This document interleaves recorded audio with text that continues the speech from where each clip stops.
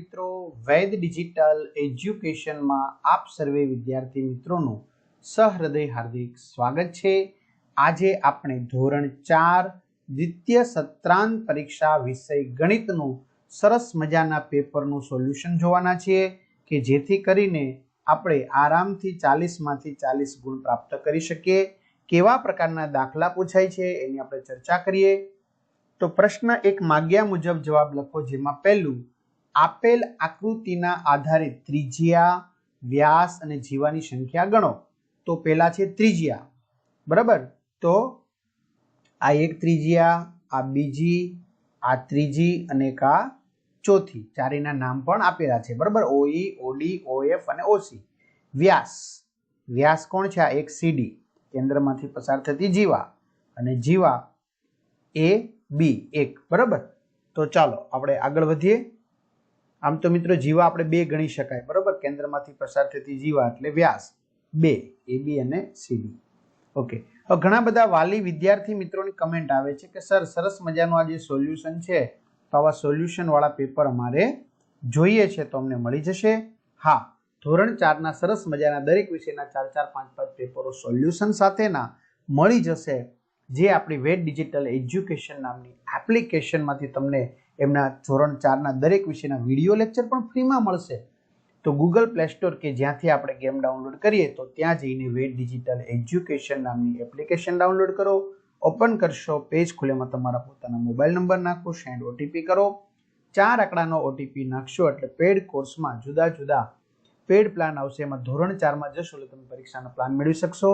3 થી 12 માં 3 થી 12 ના વિડીયો, તમારું ધોરણ તમારે પસંદ કરવાનું અને વિષય પ્રમાણે પાઠવા વિડીયો જોઈ શકશો, વેકેશનમાં પણ જોઈ શકશો। એક વર્તુળમાં એક જ કેન્દ્ર હોય, વર્તુળના કેન્દ્ર તથા વર્તુળ પરના બિંદુને જોડતા રેખાખંડને ત્રિજ્યા કહે છે। પરિકરની મદદથી 2 સેમી ત્રિજ્યા વાળું વર્તુળ દોરો, 2 સેમી ત્રિજ્યા વાળું વર્તુળ। ત્યાર પછી માગ્યા મુજબ સમછેદી અપૂર્ણાંકોને ચડતા ક્રમમાં લખો। છેદ બધાનો સરખો છે, તો 1/4, 2 ચતુર્થાંશ, 3 ચતુર્થાંશ અને 4 ચતુર્થાંશ।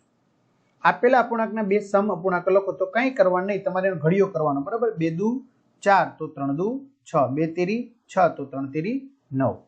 આકૃતિમાં 1/2 ભાગમાં રંગ કરો, 1/2 એટલે અડધું થયું, તો અડધામાં રંગ કરવાનો છે।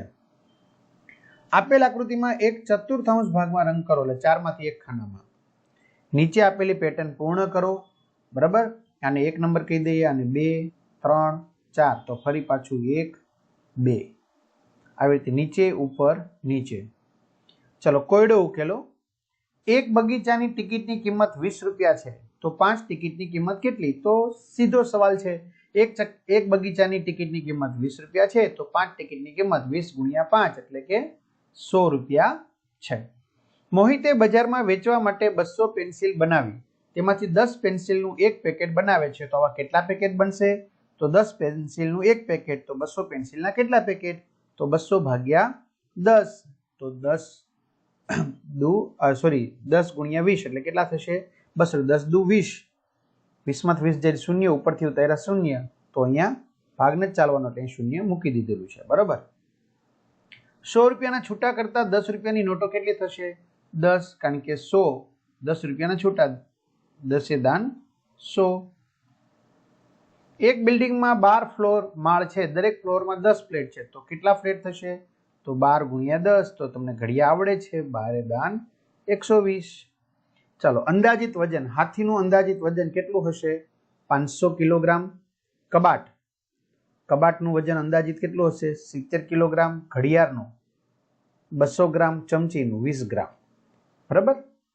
ચાલો આગળ ખરા ખોટા કહેવાના છે। 2 કિલોગ્રામ એટલે 200 ગ્રામ થાય, ખોટું। હાથી કરતા હરણનું વજન ઓછું હોય છે, ખરું। કોયડો ઉકેલો। એક ચોરસ બાગની લંબાઈ 130 મીટર છે અને બાગને ફરતે વાડ કરવી હોય, તો કેટલી લંબાઈનો તાર જોઈએ? તો બાગની ચોરસ બાગ છે ને, હા, તો એની લંબાઈ કેટલી છે? 130, તો આપણે એની પરિમિતિ શોધવી પડે, તો પરિમિતિ એટલે 4 ગુણ્યા લંબાઈ, તો 4 ગુણ્યા 130 મીટર લંબાઈ, તો 13 ચોકુ 52, પાછળ શૂન્ય, 520 મીટર તાર જોઈએ। ચલો ABCD આપણને 4 આપશે અથવા તો 5 પણ આપશે। કઈ આકૃતિની પરિમિતિ 10 સેમી છે? તો પરિમિતિ એટલે બાજુનું માપ, બરાબર, તો બી આકૃતિની. સૌથી ઓછી પરિમિતિ કોની છે? ડી આકૃતિની. કઈ કઈ આકૃતિની પરિમિતિ સમાન છે? એ અને સી. તો તમારે શોધવી પડશે. આલેખ પરથી જવાબ આપો. સૌથી વધારે રંગ પસંદ કરતા બાળકોની સંખ્યા કઈ છે? તો કે લાલ. જો એક બોક્સ એટલે 4 બાળકો લેવાના છે તો ચોકે ચોકે 16 થશે. બરાબર, હા, 4 4 4 ને 4. 8 બાળકોએ કયો રંગ પસંદ કર્યો છે? 4 ને 4 8, પીળો. કયા કયા રંગ પસંદ કરનારા બાળકોની સંખ્યા સરખી છે? જો 1 2 3 ખાના, 1 2 3 ખાના, એટલે 4 તેરીને 12 12. જાંબલી અને લીલો. પ્રશ્ન 7બ, આપેલ વર્તુળ આલેખ જોઈ નીચેના સાચો વિકલ્પ પસંદ કરો. બિસ્કિટ પસંદ કરતા હોય તેવા બાળકો 50%, એટલે કે 1/2. આઈસ્ક્રીમ પસંદ હોય એવા 1/4, એટલે કે 25%. ચોકલેટ વાળાને 25%, આઈસ્ક્રીમ વાળા. તો હવે આના પરથી આપણે પ્રશ્ન સરસ મજાનો બની જશે. ચલો, કેટલા બાળકોને બિસ્કિટ પસંદ છે? 1/2. ચોકલેટ પસંદ કરતા બાળકોનું પ્રમાણ કેટલું છે? 1/4. રેડી? ચાલો, ત્યાર પછી આપણે આગળ વધીએ વિદ્યાર્થી મિત્રો. નીચેની પેટર્ન આગળ વધારો. પેટર્ન 6 નો ઘડિયો છે. 6 દુ 12, 6 તેરી 18, 6 ચોક 24, 6 પંચા 30, 60 36.